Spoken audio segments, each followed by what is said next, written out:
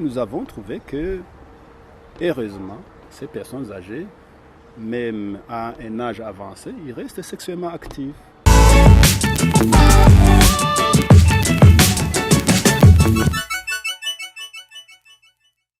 L'état des lieux des personnes âgées au Burundi, c'est un sujet très intéressant de nos jours. Effectivement, dans le cadre de la journée de sensibilisation pour la promotion, la prévention, plutôt la prévention des maladies chroniques organisées par le ministère de la Santé, j'ai eu à présenter les résultats d'une étude que nous avons conduite avec le ministère de la Santé et l'OMS au mois de novembre et décembre de l'année passée. C'était une étude intitulée Évaluation de la santé et du bien-être des personnes âgées au Burundi. C'est une étude qui a été financée par l'OMS en appui au ministère de la Santé. Moi, j'étais sollicité pour accompagner et coordonner cette étude. Et effectivement, la situation dans laquelle se trouvent les personnes âgées au Burundi, c'est vraiment une situation préoccupante. Nous avons mené cette enquête à travers 8 provinces du Burundi, à savoir Bujumbura, Cibitoke, la mairie de Bujumbura, Gitega, Ngozi, Bururi, Rutana, Muramvya et Mwaro. Et nous avons rencontré les personnes âgées elles-mêmes. Pour cette étude, nous avons utilisé un outil qui a été fourni par l'OMS et que nous avons adapté au contexte burundais. Et c'est une étude à la fois qualitative et quantitative. Qualitative dans le sens que nous avons rencontré diverses personnes œuvrant en faveur des personnes âgées, que ce soit dans le secteur sanitaire, mais aussi dans le domaine social, comme les maisons de retraite, les médecins qui s'occupent des maladies chroniques non transmissibles. Au niveau du ministère de la Solidarité, il y a des programmes qui s'occupent des personnes âgées. Mais aussi, nous avons rencontré ces personnes âgées et même dans les groupes. Nous avons organisé des focus group pour qu'il y ait une discussion, un échange au sujet de leur vie, de leur santé. Et c'est une étude quantitative parce que nous avons interrogé individuellement chacune de ces personnes âgées. Et au total, nous avons interrogé 853 personnes âgées à travers tous ces sites d'enquête. Et 60% de ces personnes âgées que nous avons rencontrées, donc les 853, vivaient en milieu rural et 40% en milieu urbain, les centres urbains. Et je crois que 45% étaient des hommes et 55% étaient des femmes. L'intérêt pour les personnes âgées est né avec les objectifs de développement durable, avec depuis 2015. Et lors de la 60e Assemblée générale de l'OMS en 2016, dans le rapport du secrétaire général de l'OMS, on a senti que les personnes âgées, il a éveillé la conscience, il a éveillé la curiosité du monde entier sur une transition démographique vers le vieillissement de la population. Il a dit que entre 2015 et 2020, la population des personnes âgées de 60 ans et plus sont en train de dépasser en nombre absolu les enfants de moins de 5 ans. Ce qui fait qu'avec l'allongement de l'espérance de vie à la naissance, les personnes âgées deviennent de plus en plus importants, nombreux, à travers le monde entier. Et selon ce rapport de l'OMS, la population âgée de 60 ans et plus va doubler d'ici 2030 de 11 millions à 22, de 11% à 22% de la population mondiale. Donc, selon ce rapport de l'OMS, on encourage tous les États à s'occuper, à prendre en compte dans tous les plans de développement cette transition démographique, donc ces populations âgées qui deviennent de plus en plus nombreuses. Et c'est dans ce cadre-là qu'on a encouragé tous les États à élaborer une politique, une stratégie du vieillissement en bonne santé. Et c'est pour cela que le Burundi donc s'inscrit dans cette dynamique.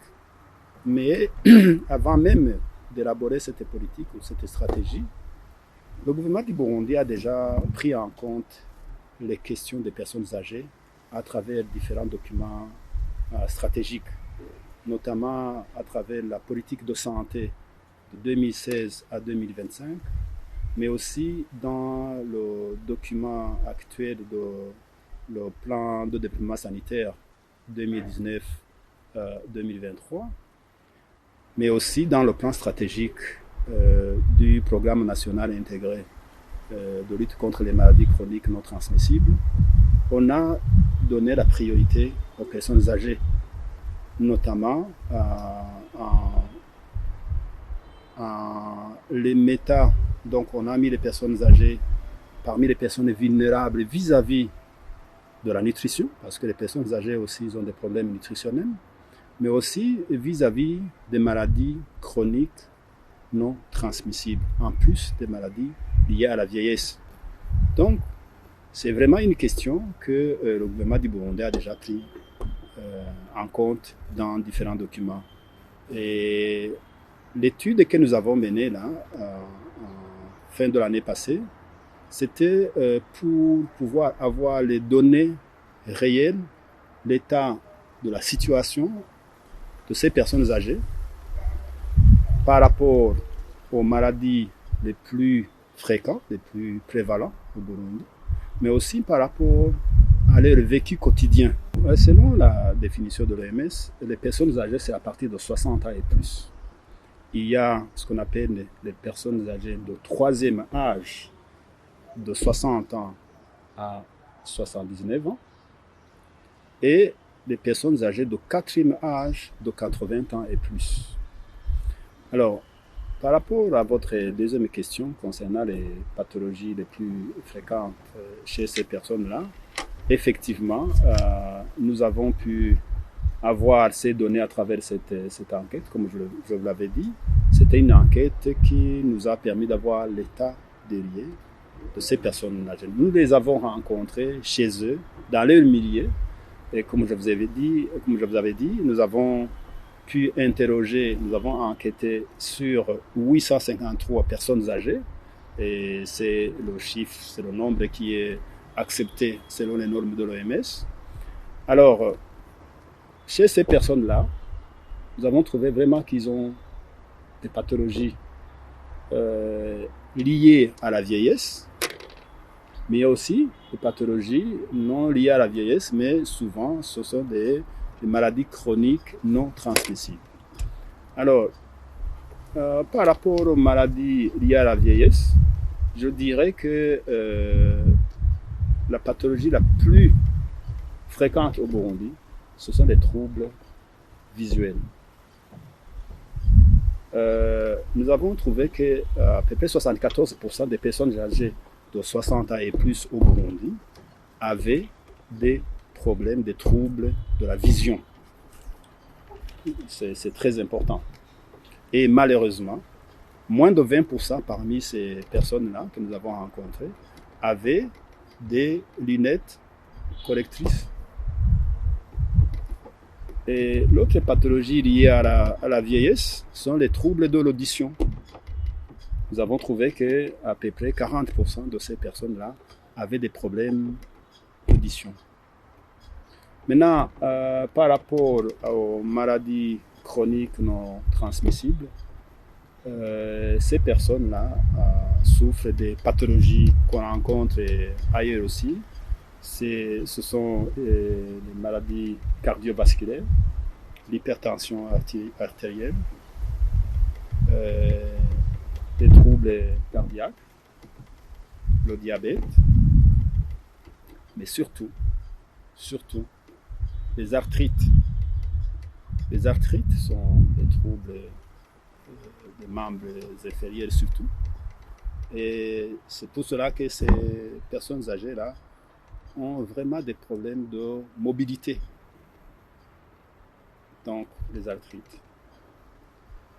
Donc, par ordre décroissant, je dirais que les plus fréquents, c'était les arthrites, puis les maladies, les ulcères gastriques, les maladies digestives, puis l'hypertension artérielle, le diabète.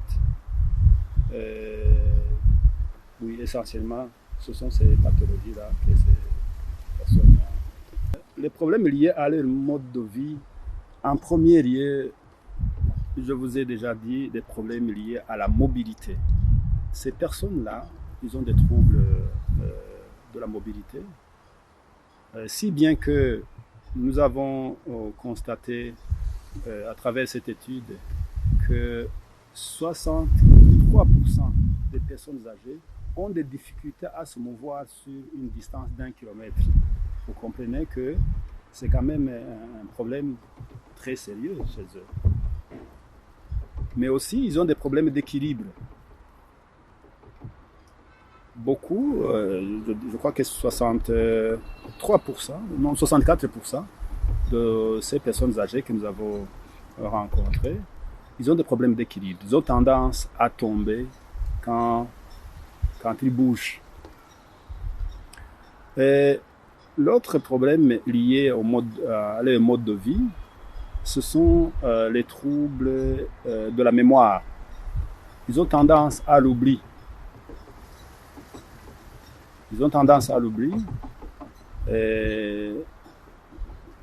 Par exemple, je crois autour de entre 8 et 10%, ils ont tendance à l'oublier jusqu'à oublier le chemin qui mène chez eux.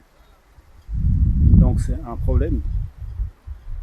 L'autre problème lié à leur mode de vie, c'est les troubles émotionnels.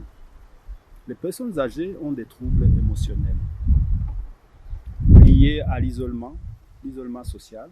Vous savez, avec la modernité, l'urbanisation, beaucoup de personnes, des jeunes personnes ont tendance à aller chercher du travail dans les centres urbains, laissant à la colline, laissant au village leurs parents, les personnes âgées. Et ces personnes âgées souffrent de la solitude, de l'isolement social. Mais aussi, ils ont des problèmes liés à la maltraitance. Nous avons trouvé que 24% de ces personnes âgées nous ont signalé qu'ils sont souvent victimes de maltraitances de toutes sortes. Vous, les journalistes, vous le savez mieux que nous, nous entendons souvent d'ailleurs à travers les médias qu'il y a beaucoup de conflits fonciers allant jusqu'au crime foncier. Et le plus souvent, ce sont ces personnes âgées-là qui sont victimes, qui n'ont pas de moyens de défense, ils sont faibles physiquement. Et bon, ils sont restés à la colline, et ce sont les gardiens de la terre chez eux. Donc, à travers les différents médias, nous entendons souvent que ces personnes âgées sont des victimes des conflits fonciers, allant jusqu'au crime. Et parfois, ces crimes sont des crimes familiaux qui sont commis par les gens de la famille. Donc, pour dire que ces personnes âgées ont vraiment des difficultés dans leur milieu de vie. L'autre difficulté que nous avons trouvée chez les personnes âgées, c'est que ces personnes ont du mal à accéder aux services de santé. 80% des personnes âgées que nous avons rencontrées nous ont signalé qu'ils ont des difficultés d'accéder aux services de soins, aux services de santé.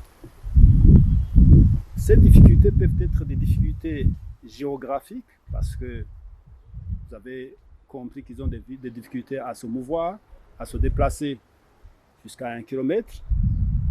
Et les centres de santé, même si nous en avons beaucoup à travers le pays, beaucoup sont à plus d'1 kilomètre ou 2 kilomètres de leur milieu de résidence. Donc, première difficulté d'accès liée à la distance, accès géographique, mais aussi l'accès financier. Ils ont des difficultés d'accès financier. Bon, je ne vais pas développer les problèmes d'accès socio-culturel parce que ces personnes âgées, peut-être ils ont besoin d'être sensibilisés, que ces maladies-là qu'ils ont, ce n'est pas de l'ensorcellement, même si c'est la vieillesse, il y a moyen de... Donc, il y a aussi cet aspect aussi socio-culturel sur lequel je ne vais pas trop développer. Mais déjà, par rapport à l'accès géographique et financier, c'est un problème réel chez ces personnes âgées. À travers cette étude, nous avons constaté que bien que l'organe sexuel, comme tout autre organe des personnes vieillissent, c'est normal, mais nous avons trouvé que, heureusement, ces personnes âgées, même à un âge avancé, ils restent sexuellement actifs. Si bien que seulement 21% de ces personnes-là nous ont signalé qu'ils ont des troubles sexuels, qui, malheureusement, pour à peu près 36%, ces problèmes sexuels ont un impact sur l'autre ou la partenaire. Donc, ce sont des gens qui vivent normalement leur vie sexuelle. Seulement, un point quand même très important à souligner là-dessus, c'est que de toutes ces personnes âgées que nous avons rencontrées, nous sommes rendus compte que beaucoup, la majorité sont des veufs ou des veuves. Et curieusement, c'est beaucoup plus les femmes qui sont veuves que les hommes, à raison de 62% pour les femmes et 36% pour les hommes. Et parmi les personnes mariées qui sont en couple, nous avons trouvé que ce sont plus les hommes qui étaient mariés que les femmes, à raison de 81% contre 31% pour les femmes. Peut-être c'est parce que la culture burundaise ou la tradition burundaise tolère que les hommes se remarient plus facilement que les femmes. Nous avons cherché à savoir comment ces gens-là apprécient les services de santé, les services de santé qu'ils consultent. Nous avons trouvé que 80% de ces gens-là, lorsqu'ils sont dans les centres de santé, ils apprécient les services qu'ils reçoivent. Ils apprécient la façon dont ils sont accueillis. Mais le problème, c'est l'accès. Combien vont accéder à ça? Mais ceux qui accèdent, ils nous ont affirmé qu'ils sont bien traités, ils sont bien accueillis. Mais là aussi, la question d'ignorance revient.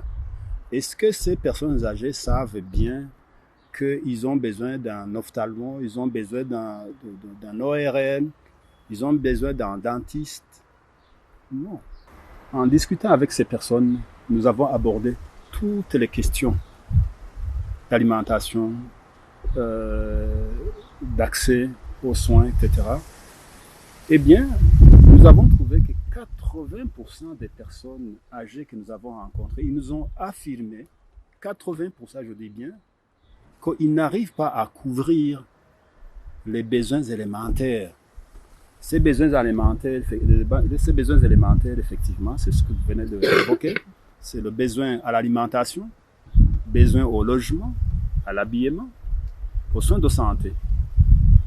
Je crois qu'il n'y a pas plus élémentaire que ça. L'alimentation, logement, habillement, soins de santé. 80% n'arrivent pas à couvrir ces besoins correctement. C'est important. Bon, ce que je n'avais pas signalé, c'est que de toutes ces personnes que nous avons rencontrées là, à peu près 5 à 6% sont des anciens fonctionnaires ou travailleurs du secteur public, donc de l'État, des retraités qui perçoivent fréquemment, correctement, leur pension de retraite. Mais ils n'arrivent pas. Et même parmi ces gens-là qui ont un tout petit peu de revenus, ils ont des problèmes, ils ont des difficultés à assurer ces besoins de base élémentaires. D'autres 5 à 6% aussi sont des personnes qui ont travaillé dans le secteur privé. Peut-être qu'ils n'ont pas de retraite, mais qui ont eu à avoir certains revenus. Donc la majorité sont des gens qui travaillent dans le secteur informel, les travailleurs, les éleveurs, les cultivateurs. Et alors, de manière globale, peut-être on va y arriver au niveau des recommandations. C'est vrai qu'actuellement, le gouvernement du Burundi est en train de faire des efforts considérables pour pouvoir prendre en charge des soins de santé des personnes âgées retraitées, je dis bien retraitées. Et d'ailleurs, vous l'avez entendu aussi, le représentant du ministère de la Santé, ils l'ont bien précisé. Mais le souhait, mon souhait le plus ardent, et à travers cette étude, c'est que ces personnes n'étant pas très importantes, et ces personnes étant très importantes pour leur famille, pour la communauté, mais aussi pour le pays, le souhait serait que toutes les personnes âgées de 60 ans et plus au Burundi devraient bénéficier des soins de santé gratuitement, en plus d'autres appuis qu'on peut leur apporter, notamment le fait de les mettre en association, le fait de les aider à accéder aux activités génératrices de revenus ou alors aux crédits fortement subventionnés, les crédits sociaux, pour pouvoir les aider à se maintenir en vie.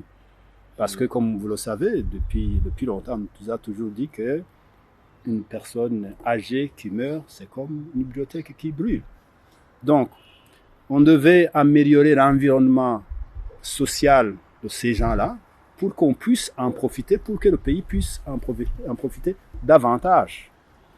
Alors, l'isolement social de ces gens-là, quand vous m'avez posé la question concernant les problèmes qu'ils ont, l'isolement social, c'est vraiment un problème très important. Pas seulement pour les personnes âgées, même vous, jeunes, si vous êtes isolés, ça fait quand même mal. Alors, ces personnes âgées, quand ils sont isolés, quand ils ne sont pas dans des associations, quand ils ne sont pas dans des réunions où ils rencontrent les gens pour pouvoir transmettre leur expérience à travers les générations, c'est une perte pour la famille, mais aussi c'est une perte pour le pays. Donc, les mettre en association, les valoriser à travers des associations reconnues, l'encadrement, c'est vraiment quelque chose de très important pour ces gens-là. Les pistes de solutions, d'abord, nous les attendons à travers cette politique, cette stratégie pour le vieillissement en bonne santé, que je l'espère bien, je l'ai dit, je pense que ça va être élaboré très bientôt. Ça, c'est une piste de solution. Mais une stratégie nationale pour le vieillissement, pour la santé des personnes âgées ne suffit pas. Il faut une politique globale de protection sociale des personnes âgées qui comprend des lois, des mesures pour leur protection. Je vous ai parlé je vous ai dit qu'ils ont des soucis, ils ont des chagrins, ils sont victimes de maltraitance. Ça, c'est pas le plan stratégique de santé des personnes âgées qui va résoudre ce problème. C'est une politique globale de protection sociale des personnes âgées. Je vous ai parlé de les valoriser à travers des associations, à travers l'accès au crédit fortement subventionné, parce que, comme je l'ai dit, la majorité de ces personnes-là sont des personnes qui ont évolué dans le secteur informel, l'agriculture, l'élevage, les petits métiers. Qu'est-ce qu'il faut faire à travers ces documents de politique? J'ai parlé de politique de santé pour qu'on puisse effectivement doter des formations sanitaires, des outils, mais aussi du personnel formé en gériatrie. On n'en a pas. Il faut que les infirmiers, les médecins, on forme des gens qui s'occupent des personnes âgées. On a beaucoup fait de tapage pour, oui, les enfants, les femmes, etc. Maintenant, on devait s'orienter vers le renforcement des capacités, la formation des personnes pour mieux s'occuper des personnes âgées parce que, comme je l'ai dit, ils sont de plus en plus nombreux. Donc, la formation des gens en gériatrie. Gériatrie, c'est la science qui s'occupe des personnes âgées. Donc, ça c'est sur le plan sanitaire, mais aussi équiper ces formations sanitaires en outils pour pouvoir faire le diagnostic à temps, donc pour la prévention, mais aussi pour faire le diagnostic et la prise en charge correcte de toutes ces pathologies-là que nous avons évoquées. Le diabète, l'hypertension artérielle. C'est pas que les formations sanitaires, toutes les formations sanitaires, surtout les plus reculées, les centres de santé, ne sont pas équipés pour faire la prise en charge correcte, adéquate. Ne sont pas suffisamment équipés. Je dis bien, ils sont équipés, mais pas suffisamment. Il y a beaucoup à améliorer sur le plan sanitaire. Maintenant, sur d'autres aspects, comme vous venez d'évoquer, l'environnement. Il faut améliorer l'environnement dans lequel vivent les personnes âgées. Je vous ai parlé des problèmes d'arthrite, des problèmes de mobilité. Nous avons constaté que les personnes âgées, n'ont pas un environnement qui est favorable pour faire ces activités physiques.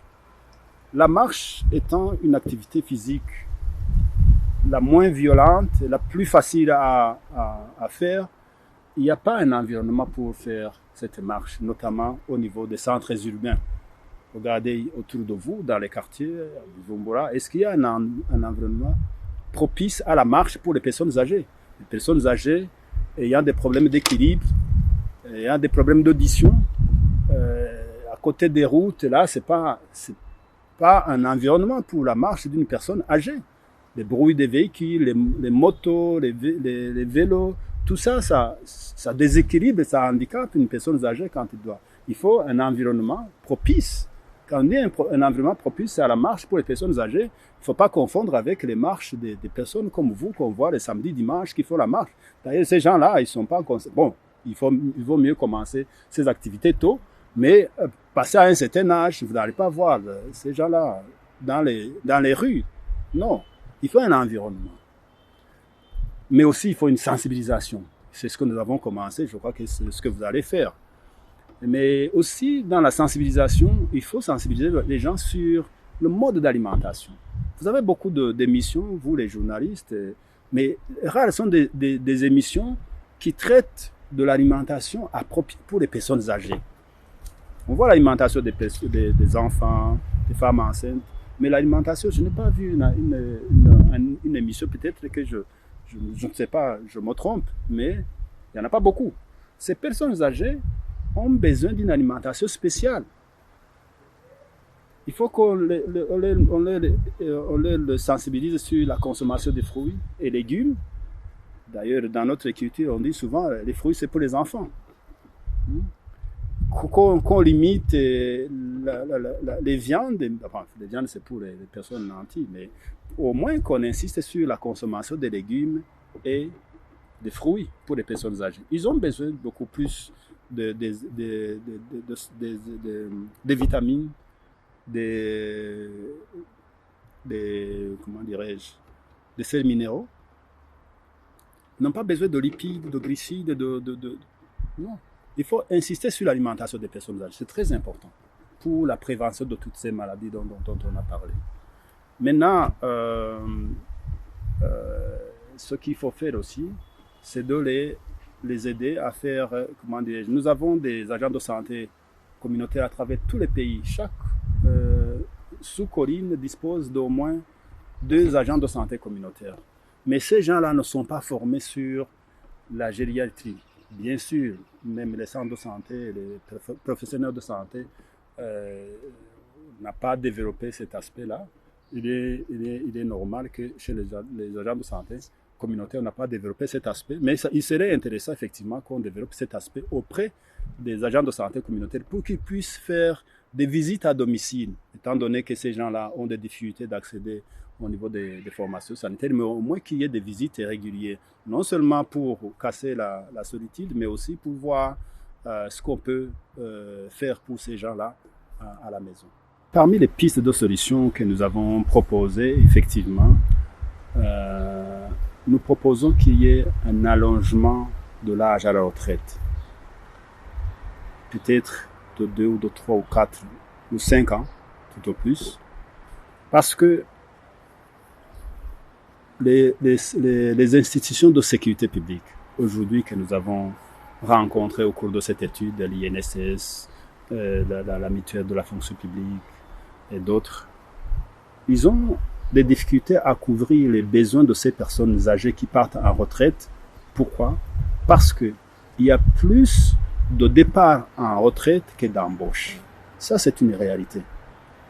Et c'est ça qui affecte la qualité, puisque les gens qui cotisent sont moins nombreux par rapport aux besoins des personnes qui sont en retraite. Ça, c'est une réalité.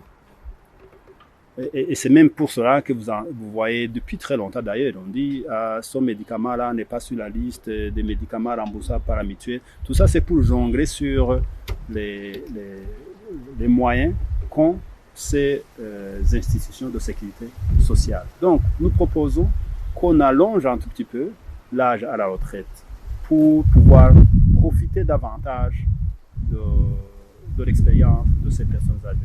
Mais aussi, nous proposons qu'il y ait une révision de la politique de la cotisation à la sécurité sociale. Vous savez qu'il y a un plafonnement de la cotisation qui a été fixé par la loi. Nous, le souhait et la recommandation, c'est de déplafonner la cotisation à la sécurité publique. Ça permettrait à ces institutions de sécurité sociale de mieux s'occuper de leurs affiliés respectifs. Maintenant, vous parlez du conflit entre les générations. Ça, c'est depuis longtemps, même en Europe, il y a toujours ce débat-là. Il y a un débat, les gens disent, oui, les personnes âgées, il faut qu'ils rentrent pour qu'il laisse la place aux jeunes. Mais ces personnes âgées disent, mais nous avons encore la capacité, nous avons encore la force pour travailler et le pays a investi en nous pour pouvoir profiter de ce que nous connaissons. Vous, les jeunes, vous avez appris, vous avez été éduqués. Vous pouvez faire des métiers, vous pouvez faire de l'innovation, vous pouvez... Ouais, les jeunes, vous comprenez. Donc, parce que ces jeunes, quand ils vont être embauchés, d'abord il y a l'expérience qui part, mais est-ce que ces jeunes qui seront embauchés, ils vont supporter la santé de ces gens-là dont les besoins sont croissants en termes de besoins, en termes de soins? C'est tout un débat. Mais je crois que faire partir les gens qui ont déjà de l'expérience, qui peuvent encore faire 2 ans, 3 ans, et faire entrer les jeunes, là, je crois que même les entreprises, ils investiraient beaucoup plus vers ces jeunes, alors que ces personnes âgées-là, ils seront laissés pour compte. Et ils vont consommer aussi en termes de médicaments, parce que les médicaments pour ces pathologies coûtent cher. Donc, moi, ma recommandation, c'est de revoir la politique de cotisation sociale, mais aussi de monter l'âge de départ à la retraite.